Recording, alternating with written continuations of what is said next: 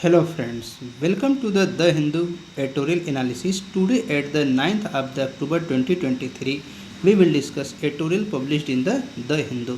The Hindu में editorial को देखें उससे पहले हम देख रहे हैं आज का एक आर्टिकल है Israeli air strike pound Gaza as death toll climbs.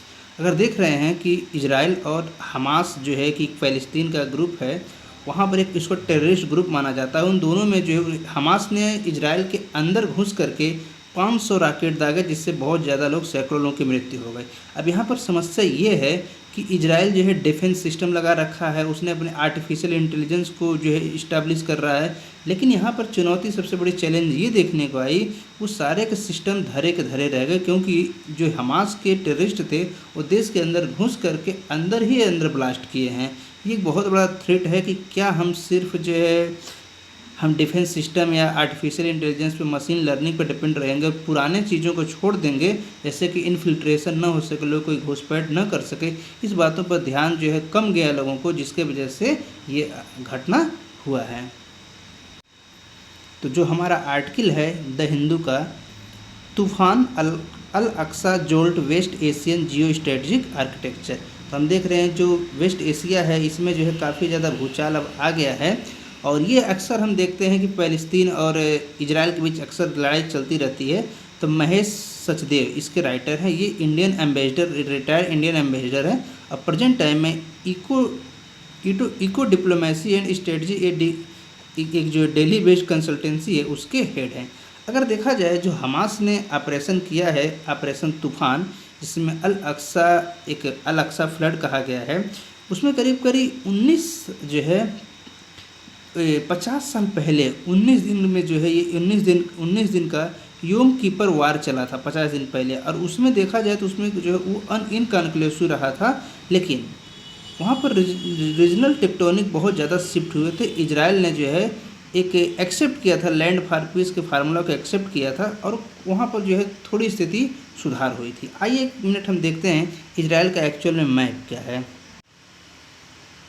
अगर हम देखें ये इजराइल का मैप है, और इसमें जो डार्क कलर थोड़ा सा दिख रहा है वो फ़लस्तीन है। इसमें दो पार्ट है, एक गाजा स्ट्रिप है और दूसरा मेन जो वेस्ट बैंक है। लेकिन इसमें भी देखा जाए जो वेस्ट बैंक है उसमें जो हम देख रहे हैं कि ऑरेंज या रेड कलर के स्क्वायर डॉट हैं, वो जो हैं शहर हैं जो कि फ़लस्तीन के कब्जे में है। वहीं जो ब्लैक डॉट, हम ब्लैक स्क्वायर डॉट देख रहे हैं, वो इजराइल के कब्जे में वो शहर हैं। इस तरीके से देखा जाए तो फ़लस्तीन में और इजराइल में जो है कोई बाउंड्री नहीं है। गाजा का थोड़ा बाउंड्री है, एक वेस्ट बैंक का बाउंड्री है, लेकिन उस वेस्ट बैंक के अंदर खुद इजराइल का शहर है। अब यहाँ पर देखने वाली बात यह है कि जो गाजा एक बहुत छोटा सा स्ट्रिप है, वहाँ पर आतंकवादी ग्रुप रहते हैं, वो उससे गाजा जो है हमास ग्रुप जो है स्वयं कंट्रोल करता है, जबकि वेस्ट बैंक जो है उसको फ़लस्तीन की गवर्नमेंट कंट्रोल करती है। और देखा जाए तो फ़लस्तीन की जो गवर्नमेंट है और जो गाजा की टेररिस्ट ग्रुप है, इन दोनों का आपस में स्वयं नहीं पड़ता है, वो एक दूसरे को खुद ही पसंद नहीं करते हैं, लेकिन दोनों ही फ़लस्तीन के पार्ट हैं। तो अब हमें यहाँ पर देखने वाली बात है कि क्या हमास ने जो इजराइल पर हमला किया है उससे इजराइल को कितना नुकसान हो, क्या इजराइल ख़त्म हो जाएगा? तो ऐसा बिल्कुल ही नहीं। अगर मिलिट्री पर्सपेक्टिव के पॉइंट ऑफ व्यू देखें, हम जो वार के या फाइटिंग के पर्सपेक्टिव से देखें, टेरिटोरियल ऑटोनॉमी के हिसाब से देखें, तो इजराइल के ऊपर कोई भी एग्जिस्टेंशियल थ्रेट नहीं है कि उसका एग्जिस्टेंस खत्म हो जाएगा, और कोई डाउट नहीं है कि इजराइल जो इसका बदला पूरी तरीके से लेगा। इजराइल इसका बदला ले रहा है, करीब 300-400 लोग मारे गए हैं हमास के फ़लस्तीन में। अब देखा जाए तो एक बात यहाँ सामने आती है कि इजराइल एक रिसोर्सफुल कंट्री है, फ़लस्तीन जो है रिसोर्सफुल नहीं है। हमास जो टेररिस्ट ग्रुप है वो एक रिसोर्सफुल जो है ऑर्गेनाइजेशन नहीं है। तो यहाँ पर जो है इजराइल के पास बहुत ज़्यादा रिसोर्स है, वो उसमें रिटेलिएट कर सकता है और फिर से जो है गाजा स्ट्रिप पर वो बहुत ज़्यादा हमले कर सकता है, और भविष्य में वो करेगा। प्रेजेंट टाइम में देखने को मिल ही रहा है। इस तरीके से देखा जाए तो एक स्ट्रेटजिक एसिमेट्री वहाँ पर क्रिएट होगी, और जो सोल्जर हैं जो कैप्चर किए गए हैं, सिविलियन कैप्चर किए गए हैं, उनको रेस्क्यू करने का ही केवल प्रयास कर सकता है हमास की जो है समझौता के माध्यम से। वो कह सकता है कि जो कुछ मिलिट्री हैं चाहे सिविलियन हैं उन्हें जो है इंटरचेंज कर लिया जाए, और इजराइल भी ऐसा कर सकता है। इससे बड़ी जो है जीत हमास नहीं पा सकता है। अब यहाँ पर देखने वाली बात है कि जो यहाँ पर इजराइल है जिसके पास इंटेलिजेंस पावर बहुत ज़्यादा है, उसके तो ये माना जाता है कि टेक्नोलॉजी में बहुत आगे है, इलेक्ट्रॉनिक्स में, कंप्यूटर साइंस में बहुत आगे हैं, लेकिन उसका जो है इंटेलिजेंस फेलियर है ये। जैसा कि हमने शुरू में कहा कि प्रेजेंट टाइम में हम हर अपने विदेश, भारत में देखा जाए S-400 हम रसिया से ला रहे हैं, दुनिया के कई सारे ले रहे हैं, हम एयर डिफेंस सिस्टम अप्लाई कर रहे हैं, हम जो है बहुत ज़्यादा उसे सेंसिटिव बना दे रहे हैं। हम जो है आर्टिफिशियल इंटेलिजेंस की बात करते हैं, बहुत सारा काम आर्टिफिशियल इंटेलिजेंस करेगा, लेकिन हमास ने क्या किया, न तो कोई मिसाइल रॉकेट अपने देश से लॉन्च किया, न ही उसने कुछ ऐसा एक्टिविटी किया जिससे कि आर्टिफिशियल इंटेलिजेंस के द्वारा सर्विलांस किया जा सका। उसने जो किया, धीरे से चुपके से बॉर्डर एरिया में प्रवेश किया और चुपके से क्या किया, वो देश के अंदर आ करके ही देश में सोचे कि मिसाइल 500 मिसाइल उसने बना लिया, लॉन्च भी कर दिया और इजराइल के इंटेलिजेंस को पता तक नहीं चला। तो ये उसकी एक बहुत बड़ा फेलियर है। और अब उन्हें जो है देखने वाली बात है कि जो high tech missile and defence उनके पास है, उनका क्या फ़ायदा हुआ। तो एक तरीके से देखा जाए तो शौक लगा है, हमास ने जो है उन्हें शौक दिया है। लेकिन हाँ, एक बात ये भी ध्यान रखने की बात है कि ये जो है कोई बहुत बड़ा शौक नहीं, इससे भी बड़ा शौक इजराइल हमास को देने वाला है। और देखा जाए तो ये कॉन्फ्लिक्ट जो है जल्द ही रिवाइव हो जाना चाहिए। अगर रिवाइव नहीं होगा तो फिर जो अमेरिका प्रयास कर रहा है कि इजराइल के साथ UAE का, सऊदी अरेबिया का, लेबनान का, मिस्र का, मोरक्को का, अन्य जो देशों के साथ उसके रिश्ते सही होने वाले हैं, अगर लड़ाई हो गई तो फिर वो रिश्ते टूट सकते हैं। तो इस कॉन्फ्लिक्ट से बचाने का कोशिश अमेरिका भी करेगा। जैसा कि अमेरिका ने क्या किया है, अपने कुछ फ्लीट भेज दिए हैं, कुछ फोर्सेज भेज दिए हैं, लेकिन उसका मेन पर्पज़ ये है कि लड़ाई नहीं करना है, उन्हें जो है समझौता सुलह कराना है। अब यहाँ पर अगर आगे देखें तो जो अरब मिलिट्री की बात की जाए तो जो नॉन गवर्नमेंटल एजेंसियां हैं, जैसे कि हमास, इस्लामिक जिहाद, हिजबुल्लाह, अल हौदी, इस्लामिक स्टेट, ये जो वेरियस और अल-कायदा, अल-शबाब जो है, ये सब जो आतंकवादी ग्रुप हैं, ये सब मिल करके अगर अटैक करते हैं तो फिर यहाँ पर सुलह की कोई बात सामने दिखने को नहीं मिल सकता है। तो हो सकता है कि एक युद्ध चले, जैसा कि अजरबैजान और आर्मेनिया ने काफ़ी समय तक लड़ाई किया, रसिया और यूक्रेन काफ़ी समय से लड़ रहे हैं, तो इनकी भी लड़ाई काफ़ी ज़्यादा होने वाली है। इसके कारण की बात की जाए तो यहाँ पर ईरान का भी नाम आ रहा है, और हमास और इस्लामिक जिहाद जो हैं, ये जो दोनों गाजा बेस्ड एक तरीके से आउटफिट हैं, ग्रुप हैं, और ये जो सुन्नी ग्रुप हैं, सऊदी अरेबिया सुन्नी है, ईरान शिया है, टर्की सुन्नी है। ये एक्चुअल में ईरान जो है शिया होने के बावजूद उसे सपोर्ट करता है, सऊदी अरेबिया सपोर्ट करता है, टर्की सपोर्ट करता है।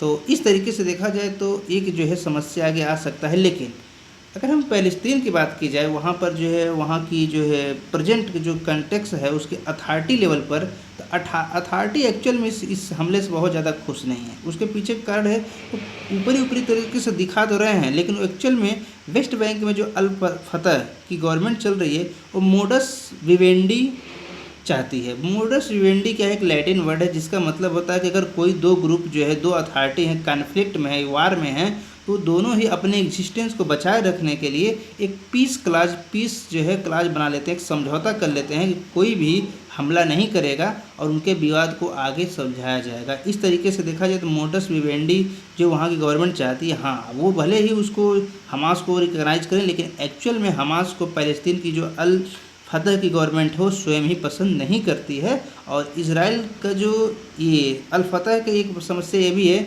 उनके तंत्र बहुत पुराने हो चुके हैं, वो पुराने लोग ही हैं जो सरकार को चला रहे हैं। ये भी जो है वहाँ के फ़िलिस्तीन में यंगस्टर जो है खुश नहीं है, यंगस्टर जो है हमास को सपोर्ट करने वाले हैं, क्योंकि उनको लगता है कि अगर हमें इजराइल को हराना है तो हमें हमास का साथ देना चाहिए, न कि अल फतह की जो गवर्नमेंट को। अब देखते हैं आगे, Hamas and Islamic Jihad are taking advantage to establish their cell in the West Bank. जैसा कि हमने कहा, हमास जो है ये अलग एक पोर्ट्रे इनका है, ये जो है गाजा पट्टी में रहते हैं, और अल फतह की जो डेमोक्रेटिक गवर्नमेंट वो कहते हैं वो फ़लस्तीन में रहती है। लेकिन वो जो फ़लस्तीन है, जो वेस्ट बैंक है, उसमें जो है ये इस्लामिक जिहाद और हमास भी अपने कुछ इस्टेब्लिशमेंट बना लिए हैं। और इस तरीके से देखते हैं तो हमारे पास फ़लस्तीन अथॉरिटी जो है वो एक रेजिस्टेंस तो मूव कर रही है, लेकिन उनको जो है एक्चुअल में वो दोनों एक तरीके से राइवलरी ही हैं, उनका आपस में पड़ता नहीं है। इसलिए फ़लस्तीन जो है चाहे भले ऊपर खुशी दिखा दे, लेकिन वो अरब जो हमास है उससे स्वयं खुश नहीं है। अगर बात करें इजिप्ट की, इजिप्ट जो है उसका जो है इजराइल का एक पड़ोसी देश है और ओनली एक अरब नेशन है जो प्रो वेस्ट मिलिट्री रेजिम है little love last for the Gaza ruler. जो गाजा रूलर हैं उनसे जो है थोड़ा सा डिस्टेंस बनाए रखा है। उसके पीछे का कारण है कि मिस्र में मुस्लिम ब्रदरहुड की सरकार हुआ करती थी पहले। उसके बाद जो उस सरकार ने मुस्लिमों को बढ़ाया दे, चूँकि इजिप्ट एक मुस्लिम कंट्री, लेकिन मुस्लिम को उसने एक आर्थोडॉक्सियन को बढ़ावा दिया। वहाँ पर बहुत ज़्यादा आतंकवादी घटनाएं हुई। वहाँ के लोगों को लगा कि ये जो है एक बहुत ही ख़राब स्थिति है, इसलिए वहाँ पर जो 2013 में मुस्लिम ब्रदरहुड हार गया। उसके बाद से वहाँ पर जो गाजा है, जो हमास के रूलर हैं, उनके जो है बहुत अच्छे रिश्ते मिस्र के साथ नहीं है। और मिस्र ने हमेशा कोशिश किया है, इजिप्ट ने, कि मामले को डीएस्केलेट किया जाए, वहाँ पर कोई टेंशन बढ़ने न पाए, क्योंकि वो पड़ोसी देश है, उसके ऊपर भी असर पड़ेगा। अब अगर देखने वाली बात है कि जितने अरब कंट्री हैं, ये हमास का जो एक्शन है, क्या किसी ने सपोर्ट किया या किसी ने अपोज किया, ये सब न्यूट्रल बने हुए हैं। तो जितने गल्फ मोनार्की हैं, जैसे कि कतर को छोड़ करके, तो हमास का सभी ने, कतर को छोड़ करके सभी ने जो है डिसअप्रूव कर दिया है और उन्होंने कहा कि एक्चुअली पॉलिटिकल इस्लामिक आउटफिट है ये और इसका जो है कोई विशेष एजेंडा नहीं है। लेकिन कतर ने उसको सपोर्ट किया। उधर दूसरी तरफ देखा जाए, although Qatar regularly provide generous dollops of the humanitarian assistance to Gaza, it does not wish to annoy Washington. अब कतर की एक समस्या ये भी है कि वो गाजा को हमेशा सहायता देता है हमास को, लेकिन वो ये भी चाहता है कि अमेरिका उसके ऊपर कुपित न हो।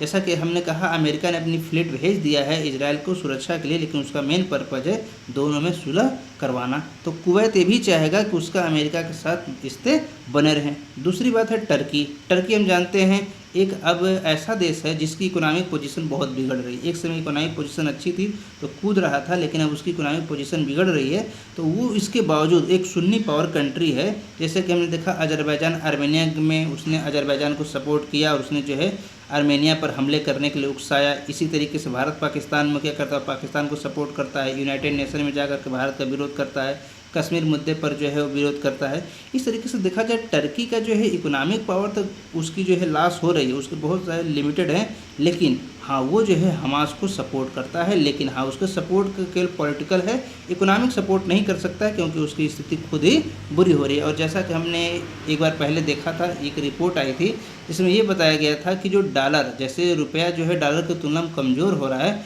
उन सभी क्रम में देखा जाए तो पूरे दुनिया में जितने देशों की करेंसी डॉलर की तुलना में कमज़ोर हुई हैं, तो जो टर्की है जिसकी राजधानी अंकारा है और उसकी करेंसी जो है लीरा है, वो लीरा सबसे ज़्यादा डाउन हुई थी।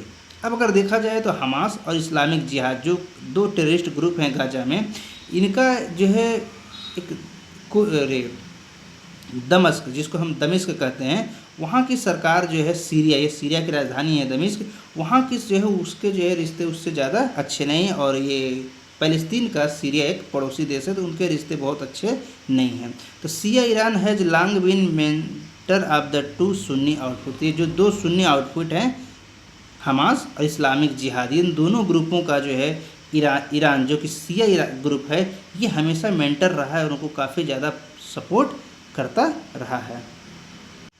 अब इस रेफरेंस में देखा जाए तो ईरान जो है वो चाहता है कि जो हिजबुल्ला टाइप की एक प्रो स्टेट जो है स्थापित किया जाए गाजा में, जो कि इजराइल के लिए बहुत बड़ा खतरा हो। लेकिन ऐसा देखने, और साथ साथ जो यमन में अल हौदी हैं उनको भी सपोर्ट करता है ईरान, तो वो चाहता है कि जो है हिजबुल्ला टाइप का जो है गाजा में इस तरीके की सिचुएशन पैदा किया, लेकिन ऐसी चांसेज कम है। और अगर बैलेंसिंग की बात करें तो हमास और इजराइल के बीच जो बहुत लंबा युद्ध चलने की संभावना नहीं है।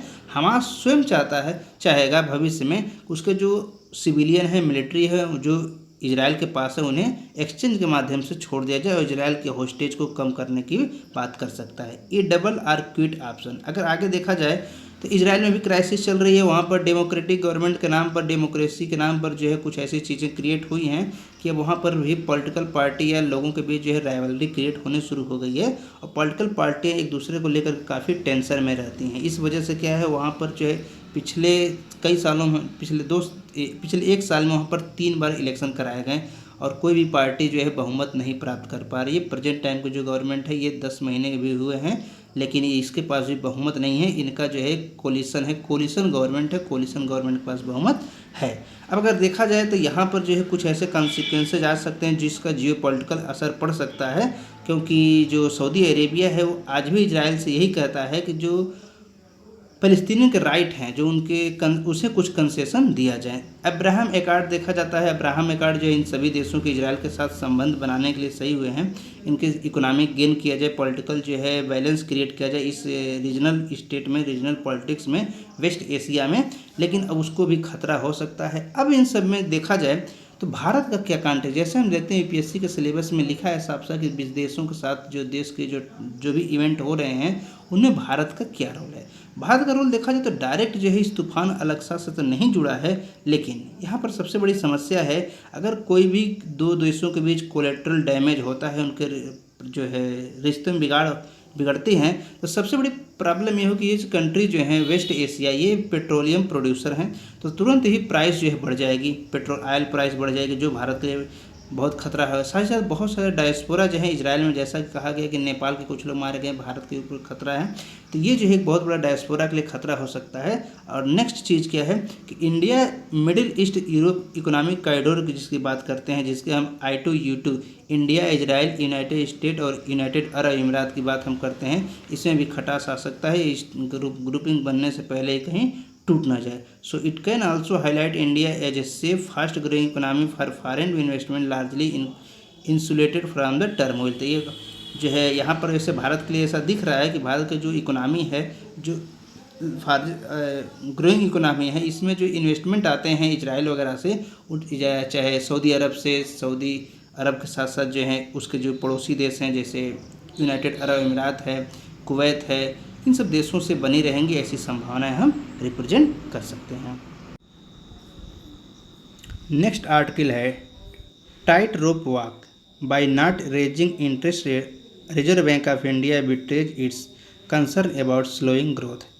देखा जाए तो मॉनेटरी पॉलिसी कमेटी की मीटिंग हमेशा होती रहती है, साल में कम से कम 4 बार तो होती है। तो उसके जो डिसीजन आए हैं उन्होंने कहा है कि इंटरेस्ट रेट को वो नहीं बढ़ाने वाले हैं, जबकि सेंट्रल बैंक जो है वार्निंग दिया है कि जो हाई इन्फ्लेशन जो है, जब हाई इन्फ्लेशन है तो बैंकों को इंटरेस्ट रेट बढ़ाने चाहिए, जिससे कि जो है लोग पैसे बैंक में जमा करें और जो है मार्केट से लिक्विडिटी कम हो और इन्फ्लेशन को कंट्रोल किया जा सके। लेकिन इसके बावजूद मॉनेटरी पॉलिसी कमेटी ने जो है कम नहीं किया है, यानी जो है इंटरेस्ट रेट को बढ़ाया नहीं है। इस तरीके से देखा जाए तो वो खुद ही सस्पेंस में पड़े हुए हैं। और अगर देखा जाए फर्स्ट क्वार्टर की तो हेडलाइन रिटेल इन्फ्लेशन जो था, जिसको गवर्नमेंट RBI मानती थी 4.6% होगा, वो 4.63% था, नियरली हम मान सकते हैं कोई रेंज में था। लेकिन अगर देखा जाए प्राइस गेन की बात करें, जो कंज्यूमर प्राइस इंडेक्स है उसमें जो है शार्पली चेंज देखने को मिले हैं।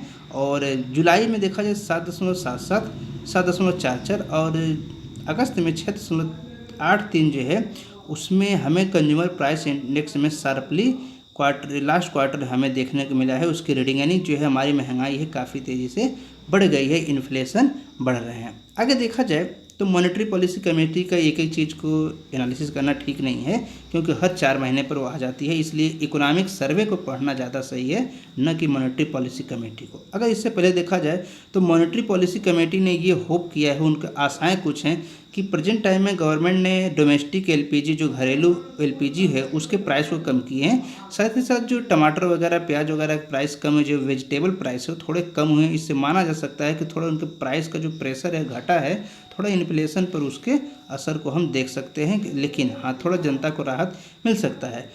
गवर्नर शक्तिकांता दास ने ये भी सोचा है कि जो ओपन मार्केट ऑपरेशन करने की बात सोच रहे हैं गवर्नमेंट सिक्योरिटी की, जिससे कि एक्सेस जो लिक्विडिटी है मार्केट में उसे एब्जॉर्ब करे। ओपन मार्केट ऑपरेशन क्या होता है? गवर्नमेंट जो है इसे एक फिक्स डेट रखती है, उस डेट पर ओपन मार्केट ऑपरेशन होता है। गवर्नमेंट क्या करती है, अगर मार्केट में लिक्विडिटी बहुत ज़्यादा, पैसे ज़्यादा हो गए, महंगाई बहुत ज़्यादा हो गई, तो क्या करते हैं गवर्नमेंट सिक्योरिटी पे बेचते हैं। बेचने का मतलब क्या है कि लोग पैसे जो है जमा कर देंगे, गवर्नमेंट सिक्योरिटी बॉन्ड होता है उसको ले लेते हैं, तो मार्केट में पैसा कम हो जाएगा तो इन्फ्लेशन को कंट्रोल किया जाएगा। अगर जो है इन्फ्लेशन कम हो, डिफ्लेशन की स्थिति चल रही है, तो सरकार जो है उसे बेच देती है, सरकार उसे खरीद लेती है, जिससे कि मार्केट में पैसा आ जाए। तो RBI इसको जो है बेचने की प्रक्रिया में के बारे में सोच रही है कि ओपन मार्केट ऑपरेशन कराया जाए, जिससे कि लिक्विडिटी मार्केट की कम किया जाए, मार्केट से पैसा को जो है सरकार अपने पास रख सके, जिससे कि महंगाई को थोड़ा काबू किया सके। क्योंकि लोगों के पास पैसा कम होगा तो खरीदारी कम करेंगे, जब खरीदारी कम करेंगे तो इन्फ्लेशन कम होगा। ये गवर्नमेंट का या आरबीआई का प्लान है। अगर देखा जाए आरबीआई के पास जो है वो वॉक द टॉक के बारे में अनविलिंगनेस है, उनकी जो ऐसे इच्छाएं नहीं है, जैसा कि वो पहले कर चुके इंटरेस्ट रेट को बढ़ाने के लिए, लेकिन अब वो बढ़ाने की इच्छुक नहीं है। उसके पीछे का एक समस्या ये भी देखने को मिल सकता है कि जो इकोनॉमिक स्टेबिलिटी है इन्फ्लेशन की वजह से वो कहीं जो है हमारी जो एक्सपेक्टेशन है उससे डिस्टर्ब न हो जाए। आगे देखें, mister Das, reserve bank of India के गवर्नर, उनका ये कहना है कि भारत का जो प्रेजेंट टाइम में देखा जाए तो कुछ गुड्स का जो एक्सपोर्ट है वो थोड़ा कम हुआ है, और मानसून के जो अनइवन मानसून है, इरेगुलर और अनसर्टेन मानसून की वजह से भी खरीफ के जो फसल हैं उसकी बुआई भी कम हुई है, जैसे कि ऑयल सीड और पल्स के क्षेत्र में बुआई कम हुई है। एक जो है ये भी रिस्क ला सकता है, क्योंकि भविष्य में जो दाल और तेल के लिए फिर जो है इंपोर्ट करना पड़ेगा ज़्यादा से ज़्यादा, जो कि एक फिर से हमारे लिए ट्रेड बैलेंस जो है गड़बड़ कर सकता है। तो ये इस आर्टिकल का जो है मेन मोटो था। और अगर अन्य आर्टिकल देखा जाए तो a census for a new deal और न्यूज क्लिक ऑन केस, ये दो आर्टिकल देखा जाए तो a census for the new deal में जो बिहार की कास्ट बेस्ड सर्वे हुए हैं उसी से रिलेटेड आर्टिकल है कि जो 1980 के दशक में मंडल कमीशन बना, फिर 1990 के दशक में जब मंडल कमीशन ने रिकमेंड कर दिया ओबीसी को आरक्षण को, तो उसके बाद जो है सरकार जो है मंडल वर्सेस मंदिर चलने लगा, क्योंकि उसी समय मंदिर की अयोध्या मंदिर की बात होने लगी और मंडल कमीशन का मामला जो है छिप गया, वो दब गया। फिर से ऐसा माना जा रहा है कि सरकार ऐसा ही कर रही है, जो जातिगत आरक्षण की बात हो रही है सरकार उसे नहीं उठा रही है, और state government, Bihar state government ने तो किया है लेकिन यूनियन गवर्नमेंट ने उसके पक्ष में नहीं दिख रही है। जबकि प्रेजेंट टाइम में देखा जाए तो जो माहौल है देश में उसमें ये दिख रहा है कि ये एक बहुत बड़ा मुद्दा बन सकता है अगले साल के जनरल इलेक्शन में। तो ये चीज़ें, क्योंकि बहुत सारी पॉलिटिकल पार्टियां हैं जो इस बात को सपोर्ट कर रही हैं कि कास्ट बेस्ड सेंसस या सर्वे होना चाहिए, लेकिन कोई भी गवर्नमेंट अभी इनिशिएट नहीं किया। इलेक्शन आने में काफ़ी दूर है लेकिन कोई गवर्नमेंट अभी इनिशिएट नहीं किया। इन्हें देखा जाए तो ये रियलिटी से ज़्यादा प्रोपेगेंडा है। तो यही चीज़ें पॉलिटिकल चीज़ें रिप्रेजेंट की गई, कौन सी पार्टी क्या सोच रही है, कौन सी राज्य सरकार क्या सोच रही है, इस आर्टिकल में मेनली ये डिस्कस किए गए हैं। नेक्स्ट है न्यूज क्लिक नॉन केस। इसमें जो है एक बात ये चल रही है कि न्यूज क्लिक के फाउंडर हैं उसके ऊपर जो है कोई टेररिस्ट के चार्जेज ही नहीं हैं। The strange case of the terrorism FIR without a terrorist act, इन कोई टेररिस्ट का एक्ट किया ही नहीं है, फिर भी उसके ऊपर टेररिज्म का चार्ज लगा है और केस बनाए गए हैं कुछ इस तरीके से कि जो सोवरेनिटी को, सिक्योरिटी को खतरा है। तो इसमें जो है पॉलिटिकल न्यूज है, उसमें जो है कोई ऐसा नहीं है जो हमारे लिए एग्जाम के लिए इंपॉर्टेंट है, और ऐसे भी UPSC ऐसे क्वेश्चन नहीं पूछती है जिससे जो कि पॉलिटिकल हो या किसी सरकार की बुराई की बात की जाए। तो ये था आज का एडिटोरियल द हिंदू का।